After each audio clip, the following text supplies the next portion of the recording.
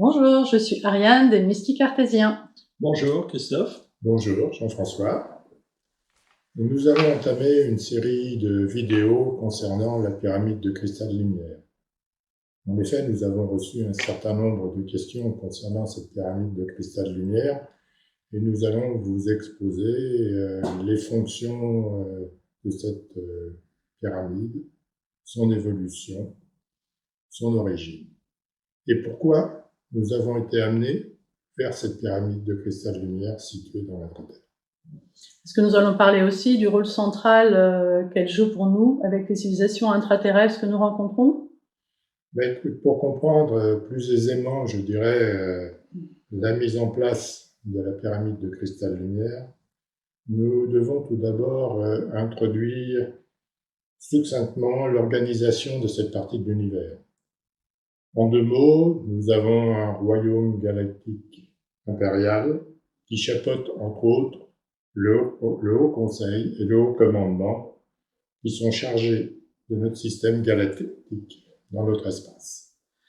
Alors, Christophe, est-ce que tu peux rajouter quelques éléments concernant le royaume galactique impérial? Oui, bien sûr, je peux le faire, mais surtout ce qu'on fera, c'est qu'on fera une série de vidéos parce que autrement, ça a duré pas mal de temps, puisqu'on a de plus en plus d'informations sur ce royaume galactique impérial et la façon dont une partie de l'univers, on va dire, est supervisée, entre guillemets.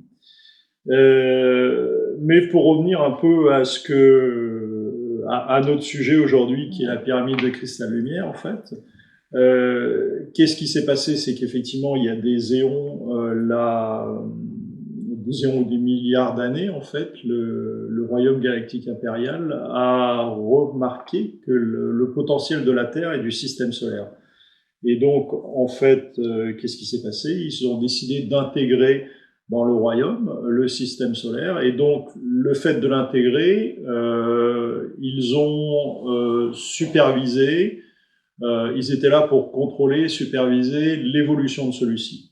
Donc qu'est-ce qui s'est passé? Pourquoi est-ce qu'il fallait le faire? Parce qu'effectivement le fait de laisser cette planète qui avait un gros potentiel comme ça sans aucune supervision pouvait représenter un danger, en fait, parce que effectivement n'importe qui pouvait s'approprier entre guillemets cette planète qui avait un gros potentiel.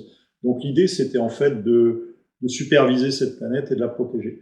Donc qu'est-ce qui s'est passé? C'est qu'ils ont donc on a parlé tout à l'heure du Haut Conseil, donc le Haut Conseil sur demande bien sûr du royaume galactique impérial, puisque le Haut Conseil gère, en fait, chaque partie de l'univers est divisée en parties et il y a un Haut Conseil qui gère une partie de l'univers. Donc le royaume impérial galactique a demandé au Haut Conseil qui gère notre partie de l'univers de superviser ce système solaire, et donc le Haut Conseil a demandé au Haut Commandement, ça y est, j'ai perdu personne, de superviser donc la Terre. Et donc qu'est-ce qui s'est passé? L'idée, ça a été de positionner un certain nombre de sondes pour récupérer des informations sur l'évolution de la Terre et du système solaire, des sondes qui ont été placées bien sûr dans l'espace, mais aussi il fallait en positionner une dans la Terre pour surveiller l'évolution de l'intra-Terre.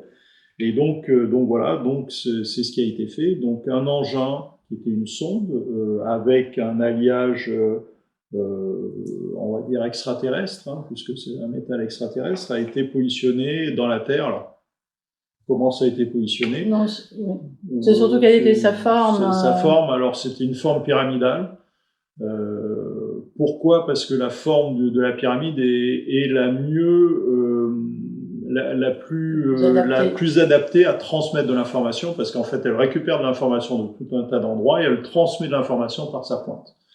Donc voilà, donc c'est pour ça que cette forme a été choisie. Mais bon, tout ce qui concerne l'engin, on va quand même en parler, enfin on en a parlé dans notre livre, des intraterrestres à la pyramide de cristal lumière, donc n'hésitez pas à lire ou relire notre livre, vous aurez beaucoup d'informations. Bon, c'est vrai qu'on en reçoit sans arrêt des nouvelles informations, et qui étayent finalement tout ce qu'on vous a dit. Donc on a le deuxième livre qui arrive, etc. Donc là, on vous donne des informations supplémentaires pendant ces vidéos. C'est tout le plus qu'on a par rapport au livre et ce qu'il y a dans le livre. Alors Christophe, est-ce que cette pyramide de cristal lumière est arrivée sur Terre comme ça? Comment elle est arrivée sur Terre? Explique-nous.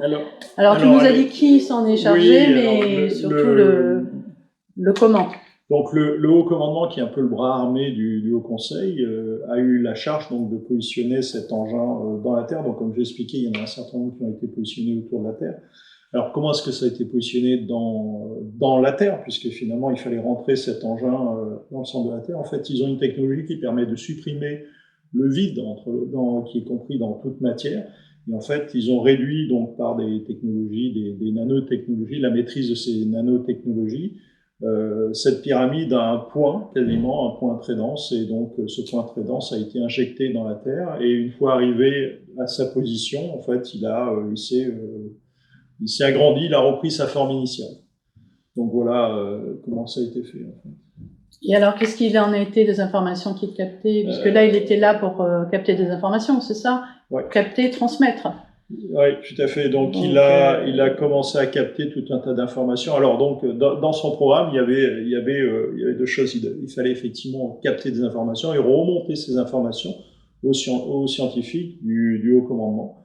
Donc toutes les informations sur la vie, l'évolution de la vie au niveau de la Terre. Voilà, ça c'est donc Jean-François. Pourquoi la Terre a-t-elle été choisie plutôt qu'une autre planète? Pourquoi la Terre?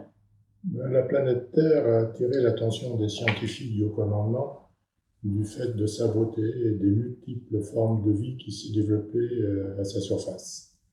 Donc ces scientifiques ont été très intéressés par connaître les raisons de ce développement, de façon à pouvoir le reproduire sur d'autres planètes qui sont aujourd'hui inhospitalières. Donc, l'objectif de cet engin était de recueillir un maximum d'informations sur ces différentes formes de vie. Très bien. Il est recréé, je suppose, à l'identique sur d'autres planètes. C'était le but qui s'était fixé, de pouvoir recréer, de comprendre et ensuite de pouvoir reproduire ces formes de vie sur d'autres planètes. Donc, c'est particulièrement intéressant. Christophe, est-ce que tu peux nous expliquer l'évolution finalement de l'engin? Tu nous as parlé de la nanotechnologie, qui du petit arrive de nouveau. Bon voilà, c'est une pyramide en alliage extraterrestre. Comment cet engin est devenu finalement un engin à structure cristalline? Oui. Alors, ce qu'il faut savoir, c'est que l'engin avait une mission, comme on a dit tout à l'heure. La mission, c'était de capter toutes les informations qui traitent sur l'évolution de la vie au niveau de la surface, de l'intérieur de la Terre, la surface, et on verra plus tard à l'extérieur, et de les transmettre au commandement. Donc, pour ça, il avait aussi dans ses fonctionnalités l'obligation, enfin la mission aussi de s'adapter pour répondre, pour optimiser sa structure par rapport à sa mission. Et donc en fait, qu'est-ce qui s'est passé? La première chose, c'est qu'il a capté de plus en plus durant des millénaires de l'information, une quantité d'informations très importante. Et donc il a fallu la stocker. Pourquoi la stocker? Parce qu'en fait, il faut la stocker, il faut la traiter et il faut l'envoyer. Donc, la question que s'est posée cet engin, c'était comment est-ce que je vais optimiser ma structure de façon à stocker de plus en plus d'informations face à cette masse d'informations qui arrivait. Donc ça, c'est la première raison. Donc il a dû s'adapter. Et la deuxième raison, c'est que tout à l'heure, j'ai parlé de traitement avant d'envoi de ces informations au commandement. Pourquoi? Parce qu'en fait, ce qu'il faut voir, c'est que la Terre fait partie d'un univers de dualité. Donc, traiter des informations sur la vie, ça veut dire qu'on capte des informations aussi qui ne sont pas sur la vie.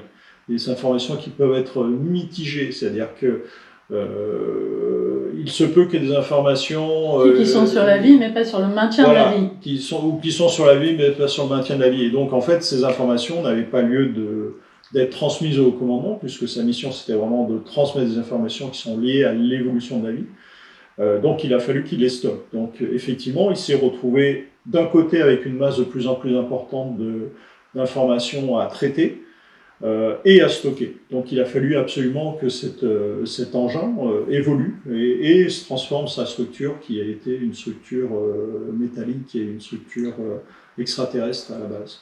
Et qui est devenue finalement... Et qui est devenue une structure cristalline. Donc, on expliquera pourquoi et comment est-ce qu'il en est devenu comment cet engin en est venu à se dire, finalement, il me faut une structure cristalline plutôt que la structure que j'ai déjà. Pour le stockage. Pour le stockage, il a transmuté sa structure initiale d'engin en structure cristalline. Et il a créé ce dont on parlera plus tard, le cristal étoilé à l'intérieur, qui est à l'intérieur de la pyramide de cristal lumière. Voilà, et ça, on va vous en parler dans la prochaine vidéo. Merci beaucoup, merci de votre présence.